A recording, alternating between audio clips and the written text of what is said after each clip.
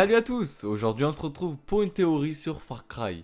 Serait-il possible que tous les Far Cry sont reliés entre eux? C'est ce que l'on va voir avec cette théorie. C'est parti. Et si tous les Far Cry auraient un lien entre eux? Et si tous les Far Cry n'étaient en fait que des chapitres? Commençons par le commencement. Dans Far Cry 1, nous incarnons un Jack Carver. Il porte du rouge et c'est une machine de guerre, à lui tout seul.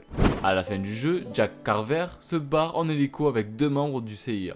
Un des agents lui offre alors une boîte et lorsque Jack l'ouvre, il s'extasie devant ce qui se trouve, sans que nous, joueurs, puissions voir de quoi il s'agit. Selon cette théorie, dans la boîte, il y aurait des diamants issus du conflit résolu par le héros.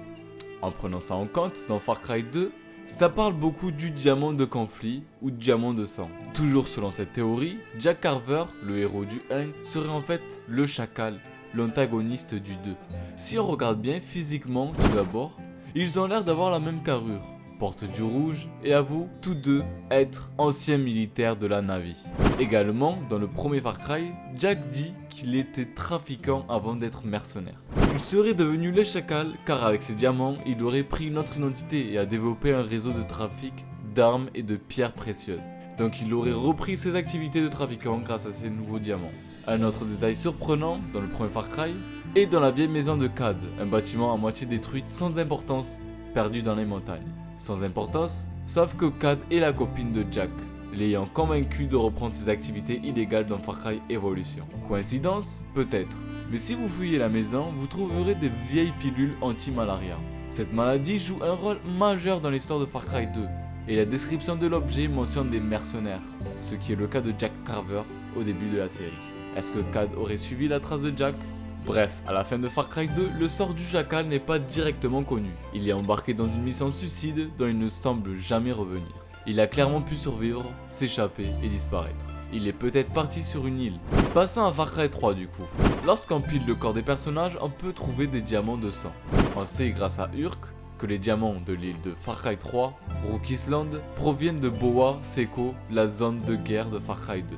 Peut-être que le chacal est celui qui livre autant d'armes aux pirates. Ou peut-être aux deux camps tout simplement. C'est d'ailleurs dans le 3 que l'on rencontre un certain Willis, qui est agent de la CIA. Il mentionne même Vass. Mais comment est-il arrivé jusqu'à lui?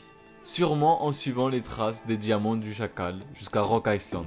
Chose également bizarre, une vieille femme d'un village dans Far Cry 3 commencera à dire des choses étranges si vous restez devant elle assez longtemps. Comme par exemple, mon nom est Jack et je suis trafiquant d'armes, personne ne me croit, ils ont explosé mon bateau, mais j'ai survécu.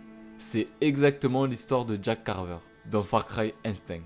Elle parle aussi d'un personnage qui colle exactement à la description de Ruben, le journaliste de Far Cry 2. Comment a-t-elle pu rencontrer quelqu'un qui était dans les deux premiers Far Cry? Continuant, dans Far Cry 4, certains éléments confirment sa théorie. Déjà on peut revoir Willis de Far Cry 3, l'agent de la CIA, qui continue à suivre les traces du chacal, toujours selon cette théorie. Urk réapparaît également. À la fin des missions que Urk donne, il dit au héros que c'est son nouveau meilleur ami et qui va se faire tatouer à son honneur.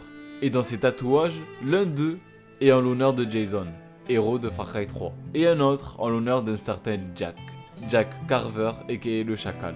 Ce n'est pas pour rien que Urk a autant d'explosifs, il serait fourni par le chacal. Longinus, du 4e épisode, est la pierre angulaire de cette théorie. De son propre aveu, c'est un ancien seigneur de guerre qui fut sauvé par le prêtre Malia de Far Cry 2. Vous pouvez vous amuser à comparer Longinus au leader de guerre du deuxième jeu, et vous remarquerez rapidement qu'il ressemble trait pour trait à Prosper Kouassi. Ils utilisent la même gestuelle et s'expriment de la même façon. Est-il en partenariat avec le chacal pour vendre des armes à pirates? L'idée est d'autant plus crédible que pour chaque mission faite avec Longinus, ce dernier fait ramasser aux joueurs des diamants de conflit. Il a probablement survécu et traqué les guerres civiles à travers le monde pour fournir aux factions bienveillantes une puissance de feu. Il donne à Adja de Far Cry 3 un appareil pour l'aider dans sa quête, le dispositif de localisation de Far Cry 2. C'est exactement le même dispositif de suivi que Far Cry 2, qui permet de suivre les diamants de sang. Le tracker est endommagé, mais a exactement le même aspect et a exactement le même bip que le tracker de Far Cry 2. Le fait qu'il soit donné par Longinus prouve qu'il s'agit du même. La grande théorie s'arrête là, mais on va aller encore plus loin. Et si on incluait les DLC maintenant? Dans Far Cry Primal, il a indiqué que l'administrateur de Pagan Min, méchant de Far Cry 4, a fait des fouilles et a trouvé des os de dinosaures ou autres. Et avec Urki, l'ancêtre très lointain de Urk, ça relie les deux jeux. Donc pour continuer, il y a un endroit dans Far Cry Primal où vous pouvez réellement trouver un squelette légitime d'un dragon de sang. Cette fois-ci dans Far Cry 5, vous rencontrerez un réalisateur qui réalise son propre film, Blue Dragon.